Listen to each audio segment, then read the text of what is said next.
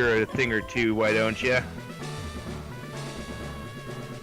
It's First Trainer Edgar!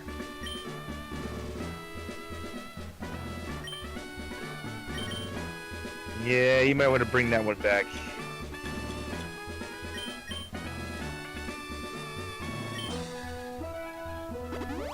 Bring it on back now. Technically, Crochet would be fine.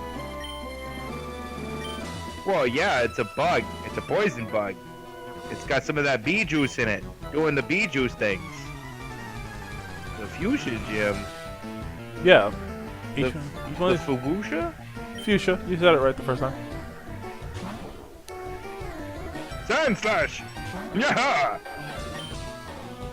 Mirror move. Oh, I'm faster than that.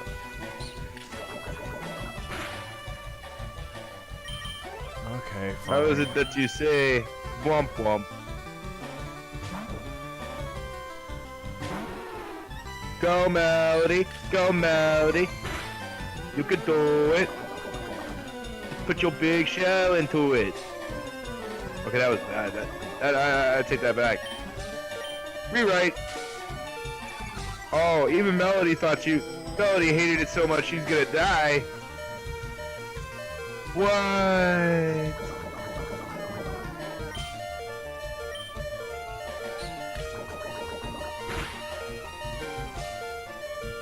I missed! Whoa, Melody is hurt so good she gonna die. Oh, you're Lapras. I don't have to worry You about could have just parasonged it. Go, the goggles!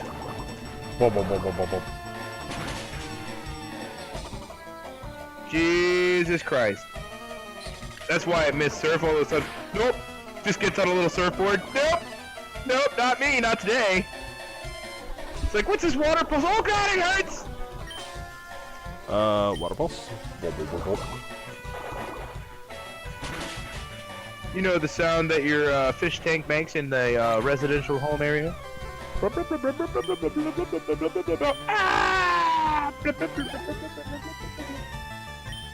Yes. I will. Carl.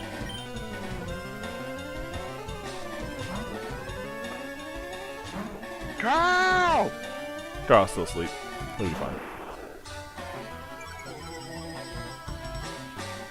How could he be intimidated by that thing if he's not awake? Don't ask the hard questions. Carl's fast asleep. Since Carl his snore. presence. What will Carl do? He'll snore again, damn you. Carl's fast asleep. Carl, you snore.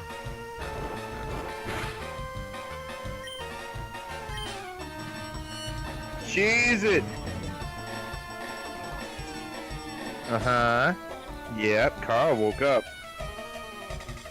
Cause he was asleep. He wasn't Strong hand him, crack him like a whip. And what, not dead? Oh, Carl's not. Oodalali. Like, Carl's 4 levels below it. Yeah, Carl's not gonna kill it.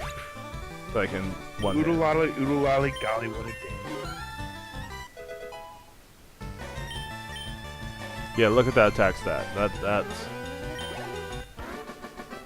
He's so lazy. he's just a tank. Just sitting here trying to take the damage. That's all. Something's poisoned.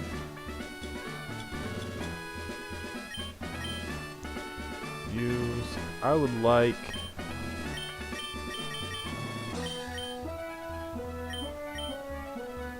Shit. Let's get it strong. Want Crochet's attack up? Yeah. Very awkward combo to have put up there. Well, that's what she's good at. Elixir. Pearl. Cleanse tag. Can I just use an escape rope? He won't let me do it. Okay.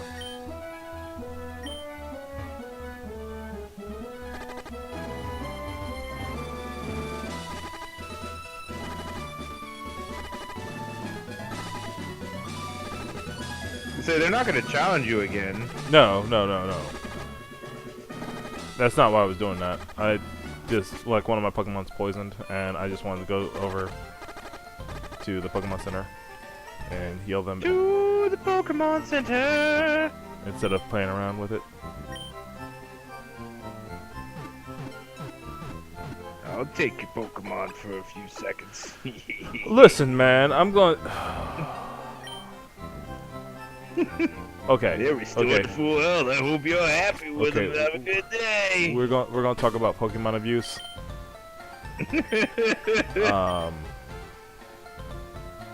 You mean how that you basically like ruthlessly get your Pokemon's ass kicked by doing your agenda and then take them like directly to PokeCare to get them fixed up, so you can just rinse and repeat the process of getting your Pokemon's ass kicked? Yes, Grim. We're gonna talk about your abusive natures to your Pokemon. I wasn't even talking about that, but okay. Like I'll explain it.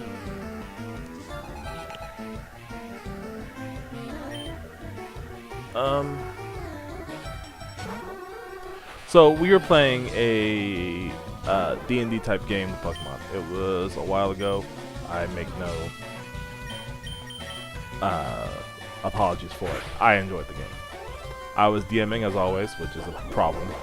I need someone else to eventually DM. Anyway, so as I was DMing this whole thing and everything like that, we had one guy on our group who said that he wanted to be an electric type trainer. I'm like, okay. Here's a list of all the Pokemon that you can get. If you want them. He said fine. I said fine. It turns out that there was not really an electric type on there because the 3 starters that I picked were, of course, fire, grass, and water, which is the standard Pokemon set. But he wanted electric type Pokemon. I said fine. If you go in a certain direction, you'll probably find an electric type Pokemon. He said fine. And he went off to go do that. While he was going off to go do that, alright, I told him that he should probably have, even if he's not going to keep it, a Pokemon with him to battle with, you know? Just to like keep the game going. This motherfucker abused the living shit out of this Pokemon. Oh? He would kick it. He would throw it into fights that he knew it would lose. He gaslit the Pokemon. It is literally... What? Yeah, it is literally that scene from... okay, so you know the Charmander scene from the original Pokemon series, right? Yeah. Yeah, it was that. It was that bad. What? Yeah. He became every Pokemon trainer's worst nightmare. He just did stuff to hurt the Pokemon for no apparent reason because he didn't want it because it wasn't electric type.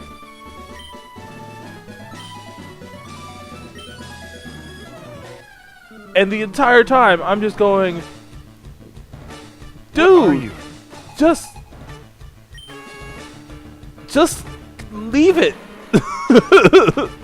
Like, leave it at a Pokemon Center.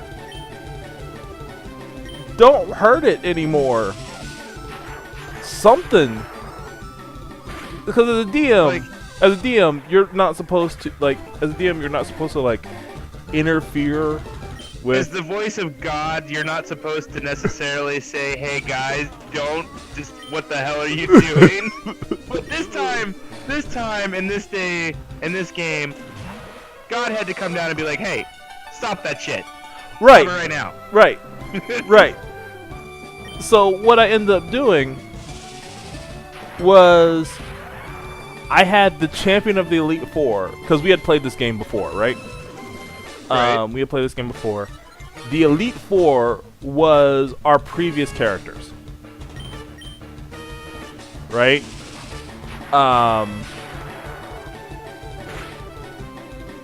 and each one of us had our own little specialties. Each one of us had our own little type thing. We were pretty much the worst Elite Four that you wanted to fight in the entire world.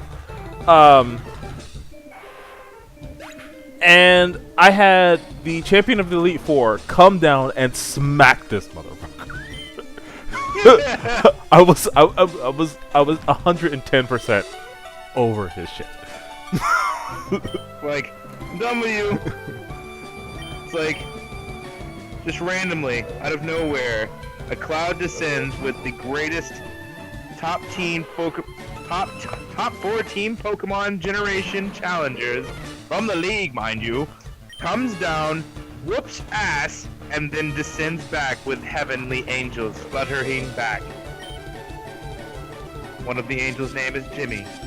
They have frequent Tuesday night gatherings. Right. No, like, seriously, like, God, what was his name?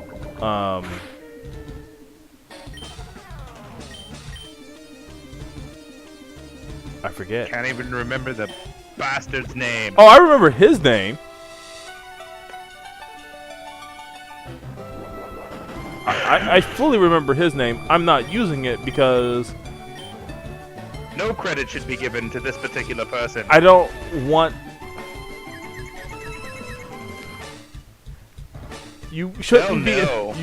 He will know if he ever watches this. He'll know what he did wrong. Enjoyed every minute of it too.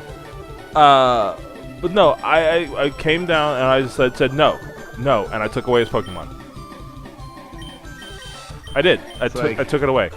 And that's why every Pokemon generation after 5, I made a vow to myself. Every Pokemon generation after Generation 5, I will always own a Petalil. Always. Because of that Petalil being that abused in the game of mine. I am still livid about that. I cannot... Dude, we're having fun playing a tabletop. How... Somebody has to go and ruin it. How awful do you have to be to sit there and abuse a Pokemon? Even a fake one. To abuse any animal. No, that's true. It kind of goes on a basis if they're willing to, how far are they willing to go in game? How like, what are they like in real life with animals? Yeah, I'm glad that someone took away his dog. It's like, yeah, you suck with Pokemon. We're gonna take away your real animals now. Yeah, I mean, See the you real can't. you. He's like, well, I was just playing a character. Dude, that's not a character. Right? It's like, no, it's just like, no, there's a certain point where it's like, dude, it's not cool. Like, no matter how you look at it, it's just not cool.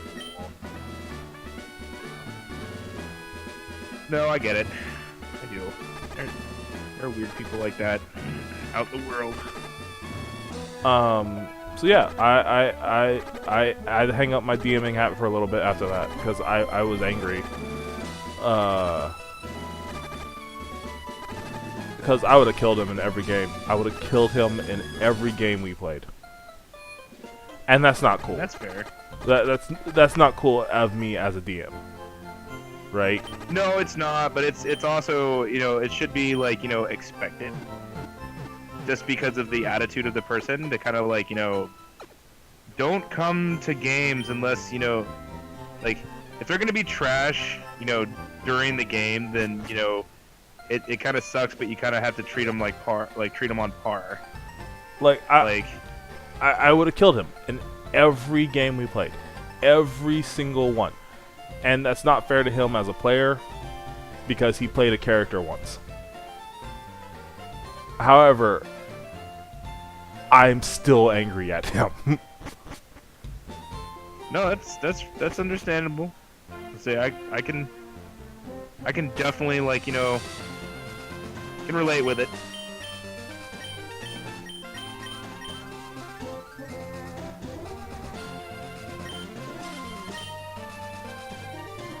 Let me go do some training real quick.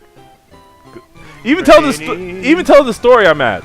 I can't I can't believe I'm still mad. It's been like 7 years. It's one of those things that make you like, I am still mad about this, and I don't think I'll stop being mad about this for a long while. A long while. We're training with the good old Bellsprout, are we? Like, I don't understand how you can... Why? Like, explain yourself. It's like, give me answers! I demand them! And he wouldn't. He knows better. He wouldn't explain himself. And I just feel like...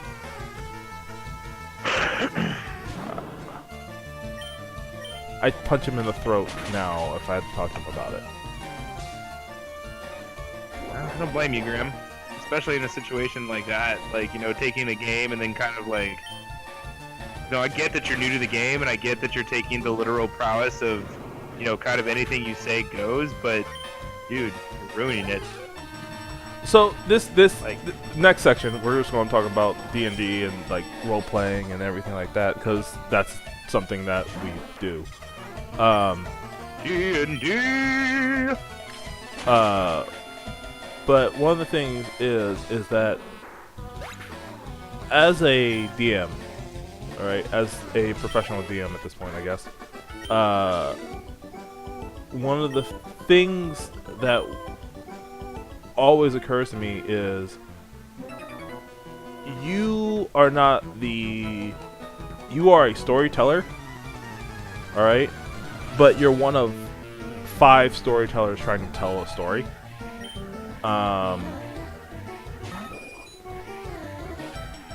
And because you're one of the 5 storytellers trying to tell a story, you should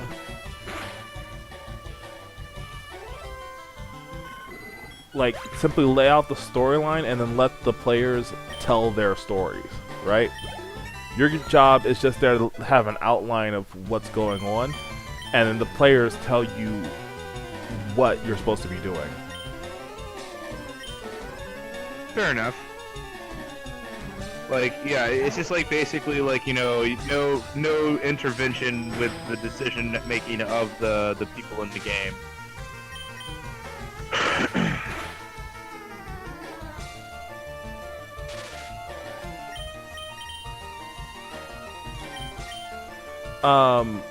But when it comes to certain things like that, this one person is going to ruin the game for the other 3, because like now that's not to say that what he did was like terribly wrong, except because I've had people play like racist characters in Pokemon. Not Pokemon, in D&D. And it's not. I mean, like, there's certain humors to it, like elf being raised to a dwarf, but there's like a witty humor to that, or like a human, like a human to like dwarf, or like an actual different genetic race, not like a skin color. Because honestly, race with skin color, it sounds so stupid. Whenever I hear race, I think like, you mean like elf, dwarf, like different kind of. I think it was like human can come in different colors, like a cat or a dog. Like, it's really, cats and dogs are the same, but they have different fur patterns. Basically the same gist with humans. I don't see a difference with skin color. Right, but that's not the point. Not the point at all. Well, I mean, still though, I mean, like, but if somebody goes and takes the, aspect of that into a game that's like D&D, it's kind of, I mean, in D&D, you have, like, more things to worry about than,